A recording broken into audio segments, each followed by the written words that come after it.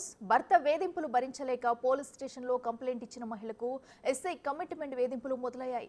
దీంతో ఎస్ఐపై చర్యలు తీసుకోవాలని ఆ మహిళ రాచకొండ సిపికి ఫిర్యాదు చేసింది. తన భర్తతో ఉన్న గొడవల విషయంలో హయత్ నగర్ లో ఫిర్యాదు చేసింది పావని అనే మహిళ. కాగా సిఐ నాగరాజు ఎస్ఐ సైదులకు తన కేసును పరిశీలించారని తెలిపింది పావని. అయితే కేసు విషయంలో గత కొద్ది రోజులుగా పోలీస్ స్టేషన్ చుట్టూ తిప్పుకున్నారని ఆరోపించింది. కేసు విచారణ కోసం నాకు డబ్బులు ఏమీ అవసరం లేదు, కమిట్మెంట్ కావాలని ఒకరోజు మీ ఇంటికి వస్తానని ఎస్ఐ సైదులు అన్నట్టు పావని తెలిపింది.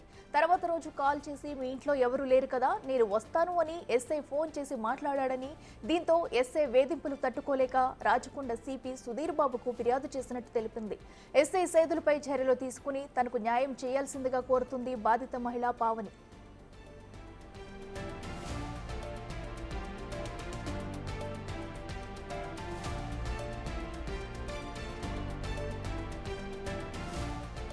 మరోవైపు పావని ఆరోపణలను హయత్ నగర్ పోలీసులు ఖండిస్తున్నారు. కేసు దర్యాప్తు దశలో ఉందని తెలిపారు.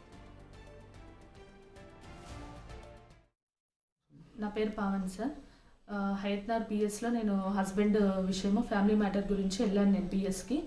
అక్కడ సిఐ నారస్ సార్, సైదుల్ సార్ చూసుకుంటారమ్మా, ఎస్ఐ సైదుల్ సార్ చూస్తారు మీ కేసు, ఇక్కడ నా పరిధిలో కాదు అని చెప్పేసి సార్ ఆయనకు అప్పచెప్పారు.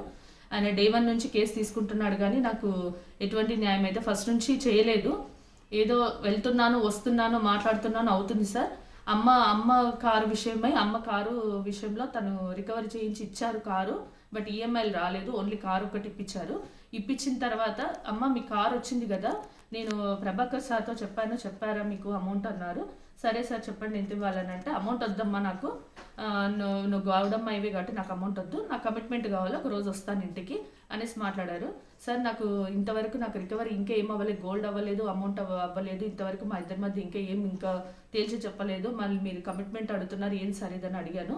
సరే అమ్మ నువ్వు వెళ్ళి మాట్లాడతాను అన్నాడు. నెక్స్ట్ డే కాల్ చేశాడు, పిల్లలు వెళ్ళారా, ఇంట్లో ఎవరు లేరా, ఇంట్లో ఉన్నావా అని కూడా చాటింగ్ చేశాడు. అది కూడా నేను సిపి కానీ తర్వాత మన సిఐ నారా సార్ కానీ పెట్టాను, నేను ప్రూఫ్ చూశారు వాళ్ళు కూడా. సార్ కాల్ చేసింది కూడా స్క్రీన్ షాట్ తీసి పెట్టాను. అడిగారు నన్ను, నేను యాక్సెప్ట్ చేయలేదు, నేను సిపికి కంప్లైంట్ ఇచ్చుకున్నాను సార్, నాకు ఫర్దర్గా న్యాయం జరగాలని చూస్తున్నా. అంతలోపే వీళ్ళు సిఐ నారస్ సార్ ఆఫీస్కి రమ్మ ఒకసారి మాట్లాడతాను అని నిన్న నైట్ అన్నారు సార్. నైట్ స్టేషన్ నుంచి వచ్చాను నేను. అంతలోపే మీడియా ముందు ఇష్టం వచ్చినట్టు నా పర్సనల్ విషయాలన్నీ మాట్లాడుతున్నారు. నా పర్సనల్తో వాళ్ళకి అనవసరంగా వాళ్ళు మాట్లాడారు కాబట్టి ఇప్పుడు నేను మీడియా ముందుకు వచ్చి నేను ఆన్సర్ ఇవ్వాల్సి వస్తుంది సార్. తప్పు చేయని దాన్ని నాకెందుకు భయం, తప్పు చేసిన వాళ్ళే అంత ధైర్యంగా ఉన్నప్పుడు తప్పు చేయని నేను ఎందుకు దాక్కోవాలి, అందుకే నేను చెప్తున్నాను సార్. వచ్చి విషయం అయితే ఇది విత్ ప్రూఫ్స్ సహా నా దగ్గర ఉన్నాయి, ఇది జెన్యూన్, నాకు ఎవరి మీద ఎటువంటి గర్జ్ లేదు, చెప్పాల్సిన అవసరం అంతకన్నా లేదు. అది సార్, వాళ్ళపైన ఎటువంటి ఒత్తిళ్లు మేము తీసుకురాలేదు. తను అంటున్నాడు కదా అడ్వకేట్ ఒత్తిడి తెచ్చిందని, అదంతా అవాస్తవం సార్. నువ్వేం చేస్తుంటావమ్మా అంటే, నేను పలానా అని చెప్పుకున్నాను తప్పితే మా సైడ్ నుంచి ఏ అడ్వకేట్ని తీసుకొచ్చి నేను ప్రెజర్ పెట్టలేదు. నా పేరెంట్స్ని తీసుకొని పోయాను, డే 1 నుంచి నేను ఫైట్ చేసుకుంటున్నాను, నాకు నా భర్త చేసిన అన్యాయానికి దాని గురించే ఫైట్ చేస్తున్నాను, అంతవరకు ఇంకేం లేదు. టార్చర్ చేసి వెళ్ళిపోయాడు నీ భర్త అనేసి వేస్తున్నారు. ఏ టార్చర్, ఆడిది మొగాడిని టార్చర్ చేస్తుందా, మొగాడు ఆడదాన్ని టార్చర్ చేస్తున్నారని నాకు అర్థం కాదు. టార్చర్ చేస్తే ఎవరికి దెబ్బలు ఉంటాయి, ఇవన్నీ నా దగ్గర ప్రూఫ్స్ ఉన్నాయి సార్. ఇవన్నీ నేను కూడా చూపించుకోగలను, చెప్పుకోగలను. ఇక ఇదే ఘటనకు సంబంధించి మరింత సమాచారం మా ప్రతినిధి రాణా అందిస్తారు. రాణా చెప్పండి, ఒక పోలీస్ వ్యవస్థలో ఉండి మహిళలకు న్యాయం చేయాల్సింది పోయి అదే ఒక ఎస్ఐ స్థానంలో ఉండి కూడా ఒక కంప్లైంట్ ఇవ్వడానికి వచ్చిన మహిళ పట్ల ఎస్ఐ అసభ్యకరంగా ప్రవర్తించడం, కమిట్మెంట్ అడిగాడని కూడా ఆ బాధితురాలు వాపోతుంది. దీనికి సంబంధించి డీటెయిల్స్ ఏంటి? అయితే మహిళ ఇప్పటికే సిపిని కలిసింది కాబట్టి ఆయనకి కంప్లైంట్ కూడా ఇచ్చింది. దీనిపైన సిపి కూడా దర్యాప్తు చేస్తున్నారు, ఇంటర్నల్ దర్యాప్తు కూడా చేస్తున్నారు. అసలు ఏ సమయంలో ఆమె వచ్చింది, ఏ కేసు మీద ఆమె వెళ్ళిన అప్రోచ్ అయింది, సిఐ చెప్పిన తర్వాత సైదులకి వెళ్ళిన తర్వాత ఈ కేసు ఆయన ఏ రకంగా దర్యాప్తు చేశారు, తర్వాత ఈ కారు విషయం, ఆ కారు కూడా ఒకటి రికవరీ చేయించాడనేసి కూడా ఆ బాధిత మహిళ చెప్పింది కాబట్టి ఆ ఏ బేసిస్ మీద వాళ్ళు రికవరీ చేయించారు. దాంతోపాటు ఈ పొద్దున్నే సిఐతో కానీ అలాగే ఎస్ఐతో మాట్లాడినప్పుడు వారు మాత్రం మరొక వర్షన్ కూడా బిగ్ టీవీకి వారు చెప్పారు. ఎందుకంటే బాధిత మహిళ ఎవరైతే ఆరోపణలు చేస్తున్నారో అంతా కూడా పూర్తిగా అవాస్తవం. ఆమె మాట్లాడుతూ ఉన్నది.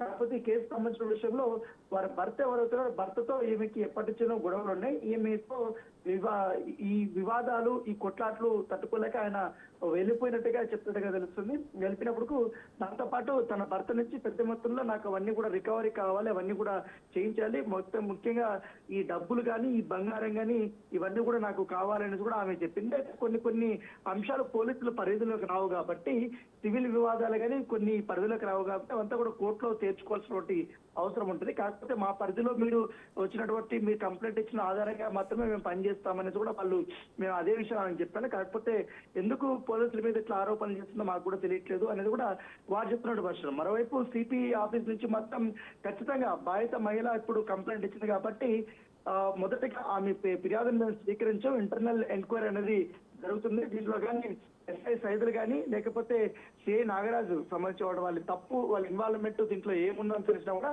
మేము డిపార్ట్మెంట్ లో తీసుకోవాల్సినటువంటి చర్యలు తీసుకుంటామనేది కూడా వారు చెప్తున్నటువంటి నేపథ్యం అయితే కనపడుతుంది. ఇప్పటికే సైదులు ఒక వర్షం చెప్తున్నారు కాబట్టి సైదులు మరొక ఈ లాయర్స్ కానీ వీరందరూ కూడా ఒక్కొక్క వర్షం చెప్తున్నారు. మరోవైపు బాధిత మహిళ కూడా ఇప్పుడు ఒక వీడియో కూడా రిలీజ్ చేసినటువంటి నేపథ్యంలో ఉదయం నుంచి కూడా లైంగిక వేధింపులను మాత్రమే వచ్చాయి.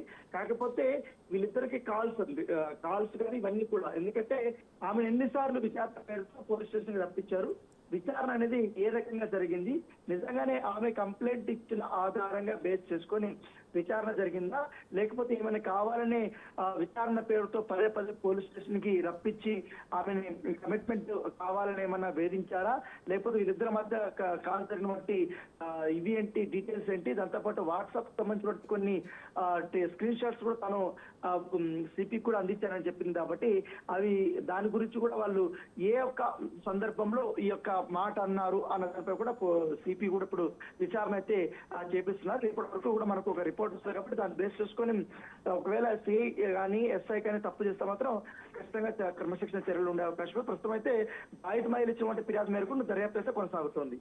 అయితే రాణా, మనం చూస్తున్న ప్రధానంగా కేసులో ఎవరి వర్షం వాళ్ళు వినిపిస్తున్నారా, అయితే ఈ కేసులో ఎవరిది ఎంత నిజం ఉంది, అయితే ఈ డీటెయిల్స్ అనేవి ఎప్పటికీ క్లారిటీ వచ్చే అవకాశం ఉందంటారా? అండ్ అలాగే బాధిత మహిళ ప్రస్తుతం ఏ న్యాయం కోరుతుంది?